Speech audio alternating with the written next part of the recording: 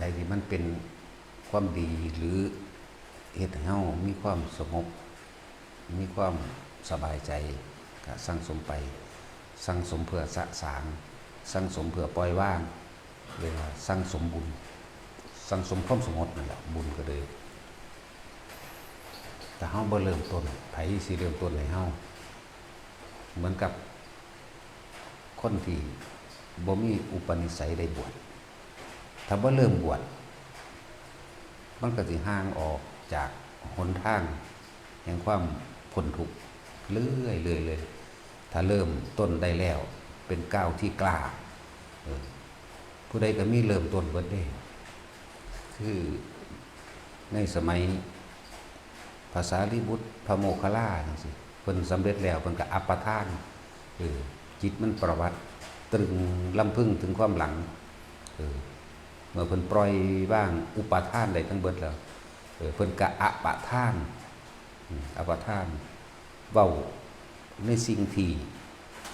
เคยยึดมั่นถือมั่นมาคือสิ่งที่ปล่อยวางได้แล้วเลยเอิ้นว่าอปทานจากอุปทานที่ยึดมั่นถือมั่นมาแต่เก่าก่อน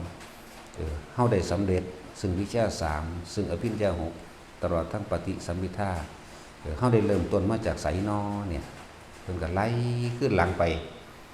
นั่นแหละมันก็มีจุดเริ่มต้นจากพระพุทธเจ้าองค์นั้นองค์นี้จนมาถึงว่าพระปทุมุตระ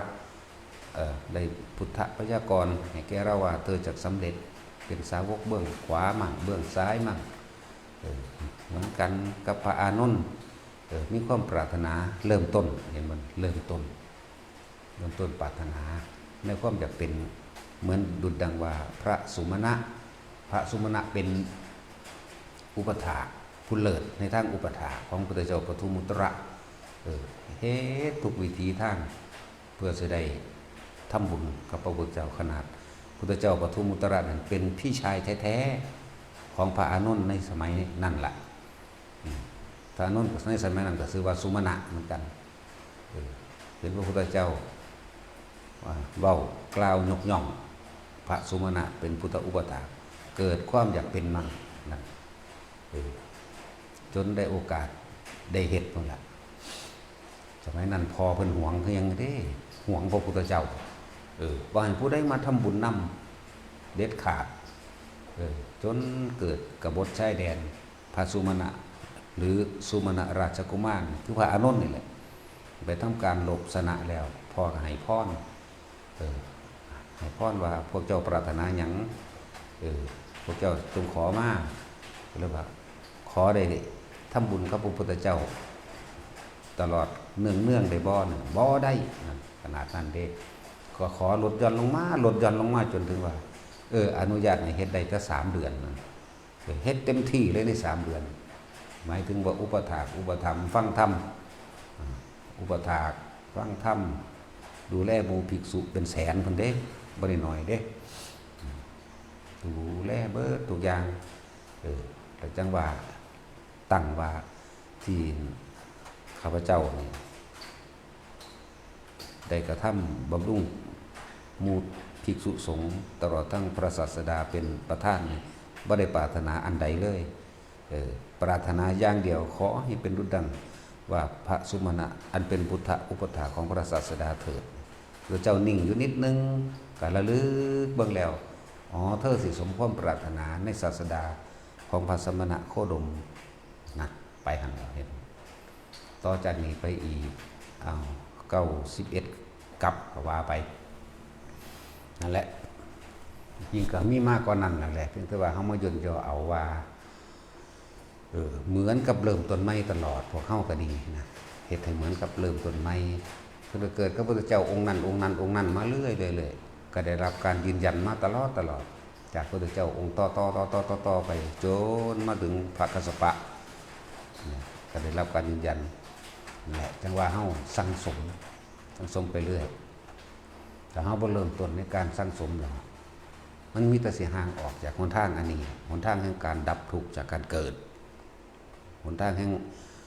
การเวียนว่ายตายเกิดพวกเขามีแต่อุปทานมีแต่ความยึดมั่นถือมั่นความคิดกูเก่งความคิดกูดีก็โม จากสิ่งที่ได้ยินได้ฟังมาเลยถือสิ่งต่างๆที่ได้เฮ็ดมานั่นแหละเป็นอารมณ์ในความยินดีในความพอใจในสิ่งที่เคยกระทำมานั่นแหละอัตตาตัวตนเกิดความรู้สึกเต็มเปี่ยมพอใจในหันแต่ว่าบ่เห็นทุกข์ในการเวียนว่ายตายเกิดที่ตัวเองปรารถนาและแสวงหาไปในทางราคะ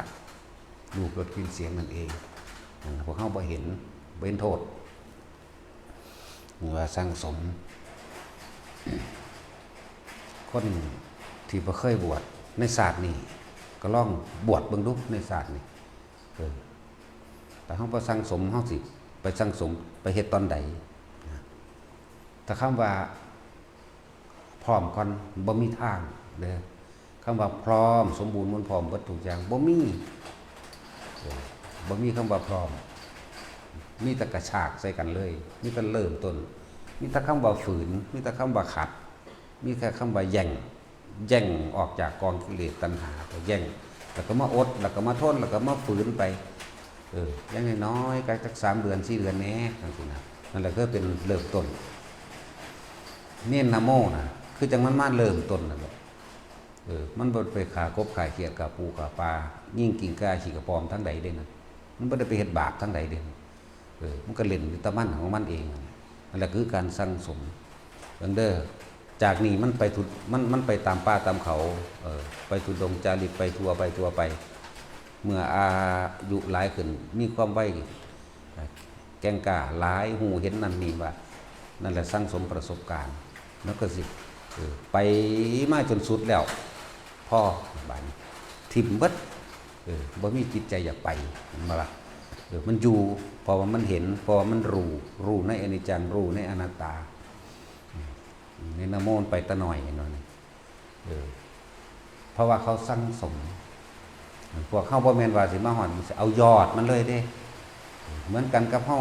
ท่องบทสวดมนต์ต่างๆท่องเทเดียวก็สิมันได้โลดบอกเขาก็ท่องอยู่เป็น10เป็น20เป็น100เที่ยวพุ่นจนกว่าได้พุ่นตัวแล้วก็ท่านอื่นว่าสั่งสมแบบนั้นนั่นแหละคือกันกับเฮาสั่งสมความเสียสละคือการให้ทานนั่นแหละทานยามใดก็ขอทานยามใดก็ขอก็เลยบ่รู้จักคำว่าเสียสละออกจากความเห็นแก่ตัวจากความยึดมั่นถือมั่นจากความว่านั่นเป็นของเฮาอันนี้เป็นของเฮานั่นแล้วถ้าเฮาบ่คอยเริ่มเฮ็ดไปนี่เฮาสิฮู้บ่ที่แรกก็ขอไปเรื่อยๆแต่ว่าประกอบกับการได้ยินได้ฟังธรรมนี่ก็คือเรื่องเล่าความจริงของชีวิตนั่นแหละคำว่าธรรมะก็ดีเรื่องราวความจริงของชีวิตของทุกๆคนที่พวกเฮาบ่รู้ว่าพวกเฮากำลังยึดว่าพวกเฮากำลังทุกข์ว่าพวกเฮากำลังหาว่าพวกเฮากำลังสิหาเกิดหาตายเวียนไปอยู่เพราะสำนั้นนั่นแล้วนี่แหละเรื่องคำว่าธรรมเนี่ยแปลว่าเรื่องราวความจริงของชีวิตสัตว์เป็นทุกข์เพราะว่าหยังแต่ว่าเฮาบ่ฮู้มีแต่อยากได้แล้วบ่ได้ก็ว่าโมโหเป็นน้ำอีนั่นเป็นน้ำอีนี่บักนั่นบักนี่นั่นแล้วบ่เห็นบ่ฮู้เพราะว่ามันยึดในความอยากได้อยากดีอยากมีเกิดมันเลยขอมันมาฟังแล้วฟังไปเกิดความเข้าใจก็วันนี้เกิดความเข้าใจแล้วท่านปล่อยว่างได้ก็ท่านโดยบ่ขอท่านโดยบ่หวังท่านโดยบ่ยึดเนี่ยก็เริ่มต้นจากสิ่งเหล่านี้มันก็หันเข้ามาเบิ่งความยึดของเจ้าของเองอ้าวอันนั้นก็ของกูอันนี้ก็ของกูเอาไปมาบ่แม่นของกูจักอย่างเด้อบัดนี้นั่นแหละอาศัยการได้ยินได้ฟังไปพร้อมการกระทำไปนำแต่เฮาบ่เริ่มต้นศาสตร์นี่เฮาสิเริ่มต้นศาสตร์ใดจักว่าล่ะเฮ็ดมันใหม่อยู่เสมอตัวคือเขาถามหลวงพ่อบวชโดนหรอบ่ฮักก็บวชยังเป็นผู้ใหม่อยู่นี่มันต้องใหม่มันต้องคือจังเริ่มต้นมันจังระวังนั่นแหละว่าเฮาก็เริ่มต้นฝึกหัดตัวเองคือมาบวชนี่ตะกี้กับนิสัยไผนิสัยมันคือความเคยชินเนาะพวกโลกเล็กๆดักๆเบ้าแต่เรื่องโลกแข่งกันนั่นแหละบ่ฮู้บ่ก็สู้มันเก่งนั่นแหละสู้จังเที่ยวการเกิดอยู่นี่นะเพิ่นก็เข้ามาก็แล้วคอยฝึกหัดนิสัยเจ้าของเองตัวบัดนี้จากเคยเว้าโวกๆเวกๆก็สงบเสงี่ยมลง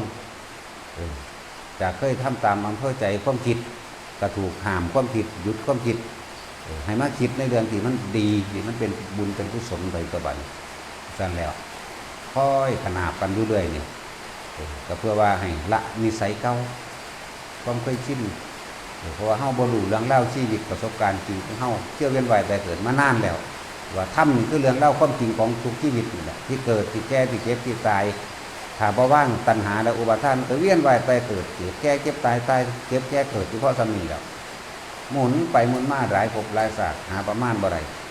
ถ้าบ่ไม่ได้ฝึกได้หัดตัวเองมันบ่รู้ตัวเองเด้นั่นแหละว่าฝึกหัดไปนั่นแหละเทียบเอาง่ายๆนั่นแหละบ่แม่นว่าสิมาเอาแต่ยอดคำว่าเทียบง่ายๆคือเทียบความสังสมเนี่ยนะโมมันฝึกแต่น้อยเห็นมันฝึกไปเรื่อยเรื่อยเรื่อยเรื่อยโอ้ยสิว่ามันสิหา60 ปีมันอยู่โตได้บาดนี่บาดนี้หา60 ปีจังมาฝึกโอ้ยมาสื่นส้มบารมีขอบุญขอคุณมาพึ่งพาบารมีใครก็สั่งสมเอาเองได้แต่เฮาบ่เริ่มต้นสั่งสมมันจะไปสั่งสมยามใดมันจะไปเต็มยามใดนั่นแหละเขาก็สั่งสมไปแบบนั้นแหละพูดเบิ่งบาทมันใหญ่บาทมันเฒ่าไปแล้วเขาเฮ็ดมานานแล้วจังซั่นแหละคือเน้นหน่อยนั่นแหละเฮ็ดมันเฮ็ดมานานแล้วเอานี่บวชมาแล้วตอนนั้นปีเท่านี้ปีจน60 ปีแล้วนี่แต่ของเขามาเริ่มบวชเขาก็บวชมา60 ปีแล้วจังซี่แล้วมันต่างกันว่าสั่งสมเอามาปึ๊บสิได้สัมเพิ่นฟังปั๊บสิได้สัมเพิ่นคิดหาคิดเอามันบ่ได้ได้คิดเอามันต้องมีประสบการณ์เฮ็ดไปนำปฏิบัติไปนำจ้ะแล้วจังว่าให้ทุกคนนั่นน่ะมาสั่งสมตนเองมาฝึกหัดตนเองฝึกหัดนี่ฝึกหัดถิ่มความเห็นแก่ตัวเด้ทิ้งความเห็นแก่ตัวแต่ว่าล่ะฝึกหัดสละความเห็นแก่ตัวสละอารมณ์จนถึงที่สุดท้ายมันบ่มีอารมณ์นี่ล่ะผมว่าถ้าบ่เริ่มต้นตอนนี้เป็นเริ่มต้นตอนใดหลายคนที่ตายไปแล้วที่เฮาเห็นมานี่มันก็ได้ทันแล้วเนาะถ้าเฮาเห็นมานี่ถ้าเขาสิไปเกิดไสผู้ใดก็ว่าไปสวรรค์แล้วทั้งสั้นแล้วความจริงบ่ได้รู้หรอกนี่แต่ว่าไปสวรรค์แล้ว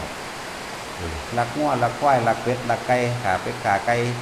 บ่มีการฝึกหัดจัดตนเองบ่เข้าวัดเข้าว่าบ่ฟังธรรมบ่ปฏิบัติธรรม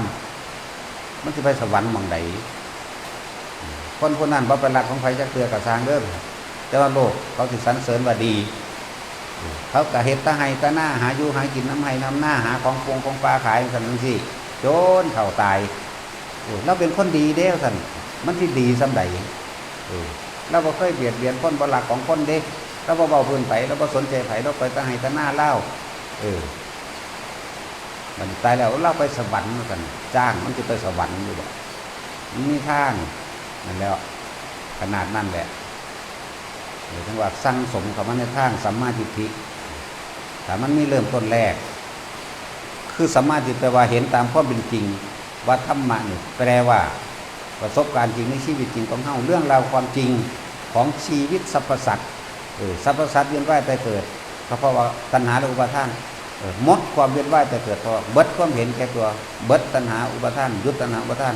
นี่คือเรื่องราวของชีวิตสรรพสัตว์นี่แล้วถ้าเฮาบ่มาเริ่มต้นจะไปเริ่มตอนใดนั่นแหละพอ